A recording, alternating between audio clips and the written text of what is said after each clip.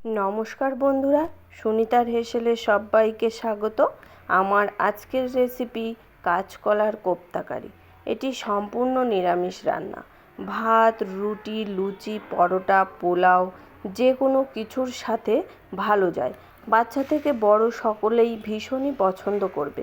বিশেষ করে বাচ্চারা তো একেবারে সবজি খেতে চায় না, আর কাঁচকলা তো মোটেই না। যদি এইভাবে কোপ্তা বানিয়ে দিয়ে বাচ্চাদের দেওয়া যায় তাহলে ভীষণই পছন্দ করবে। তাহলে চলুন দেখে নেওয়া যাক আমার আজকের রেসিপি কাঁচকলার কোপ্তা কারি। দেখুন, এখানে আমি কোপ্তা কারি বানানোর জন্য 4টে কাঁচকলা নিয়েছি। এই কাঁচকলাগুলোকে আমি দু টুকরো করে নিয়েছি। নিয়ে পরিষ্কার করে আমি ধুয়েও নিয়েছি। আর একটা বড় সাইজের আলুকেও 2 টুকরো করে নিয়েছি। এবার আমি এর ভেতরে পরিমাণ মতো জল দিয়ে ওভেনে বসিয়ে দেব। দিয়ে এটাকে আমি ভালো করে সিদ্ধ করে নেব। কাঁচকলা আর আলুটাকে ভালো করে সিদ্ধ করে নেব। দেখুন, এখানে আমার সিদ্ধ করে নেওয়া হয়ে গেছে।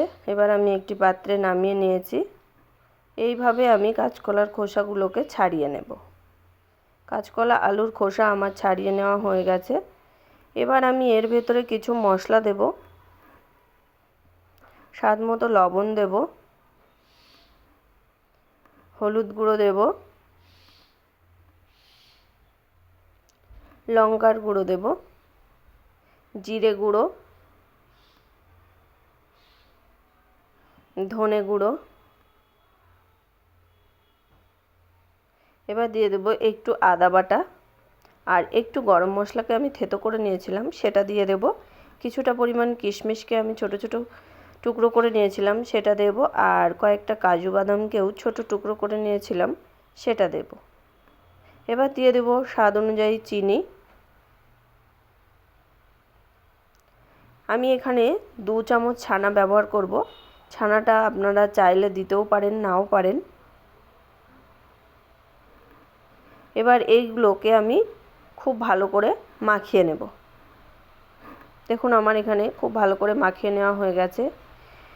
এবার আমি হাতে একটু তেল দিয়ে এগুলোকে আমি ছোট ছোট গোল করে চ্যাপ্টা করে নেব। নিয়ে আমি কোপ্তার শেপ দিয়ে নেব।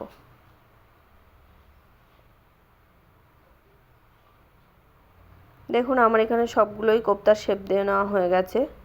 এবার আমি কড়াই বসিয়ে দিয়েছি। কড়াইতে পরিমাণ মতো তেল দিয়ে তেলটা যখন ধোয়া ওটা গরম হবে তখন আমি কোপ্তাগুলো দিয়ে দেবো। এখানে একসঙ্গে সব কোপ্তাগুলোই ভাজবেন না, অল্প অল্প করেই কোপ্তাগুলো ভাজতে হবে।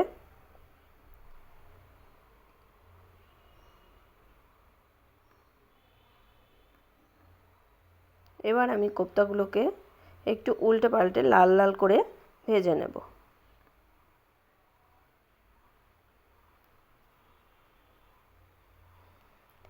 দেখুন, এখানে আমার লাল করে ভেজে নেওয়া হয়ে গেছে। এবার আমি এটাকে একটি পাত্রে তুলে নেব। দেখুন, আমার সবগুলোই তুলে নেওয়া হয়ে গেছে। এবার আমি আর যে বাকি যেগুলো আছে সেগুলোকেও আমি এরকম লাল করেই ভাজা করে নেব। এদিকে আমার কোপ্তা কারির গ্রেভি তৈরি করার জন্য একটা মশলা তৈরি করে নিতে হবে। তার জন্য আমি একটা মিক্সির জার নিয়েছি। তার ভিতরে একটু আদা দিয়েছি আর কয়েকটা কাঁচা লঙ্কা। এখানে লঙ্কাটা আপনারা আপনাদের স্বাদ অনুযায়ী দেবেন।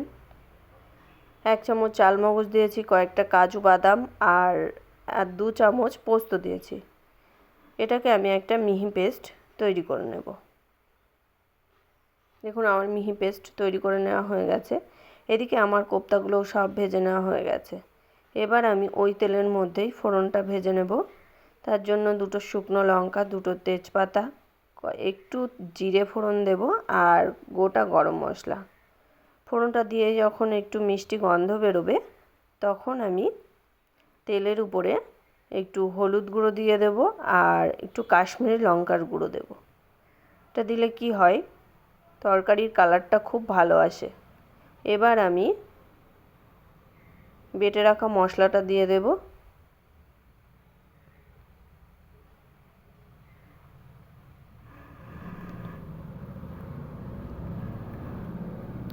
এখানে আমি স্বাদ মতো লবণ দিয়ে দেবো। এবার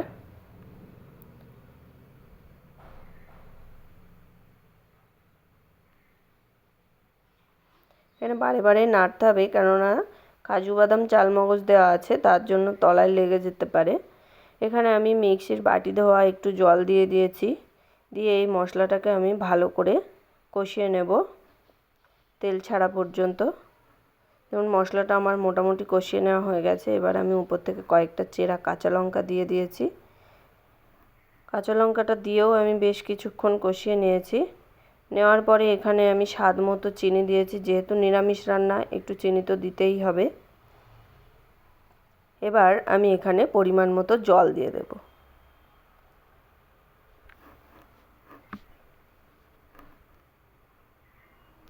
জল দিয়ে এটাকে আমি ফুটতে দেব। আমি এইভাবে 5 মিনিট ভালো করে ফুটিয়ে নিয়েছি এটাকে হাই ফ্লেমে। এবার ভেজে রাখা কোপ্তাগুলো দিয়ে দেব। ভেজে রাখা কোপ্তাগুলো দিয়ে আমি আর বেশিক্ষণ ফোটাবো না। কোপ্তাগুলো আমার দেওয়া হয়ে গেছে। এবার আমি উপর থেকে একটু ঘি দিয়ে নামিয়ে নেব। দেখুন তৈরি হয়ে গেছে আমাদের দারুণ স্বাদের নিরামিষ কোপ্তাকারি। আমার এই নিরামিষ কোপ্তাকারি রেসিপি কেমন লাগলো অবশ্যই জানাবেন। যদি ভালো লেগে থাকে সাবস্ক্রাইব করে পাশে থাকবেন। আজকের মতো এই পর্যন্তই। আবার দেখা হবে নতুন কোনো রেসিপি নিয়ে। ভালো থাকবেন, সুস্থ থাকবেন। ধন্যবাদ।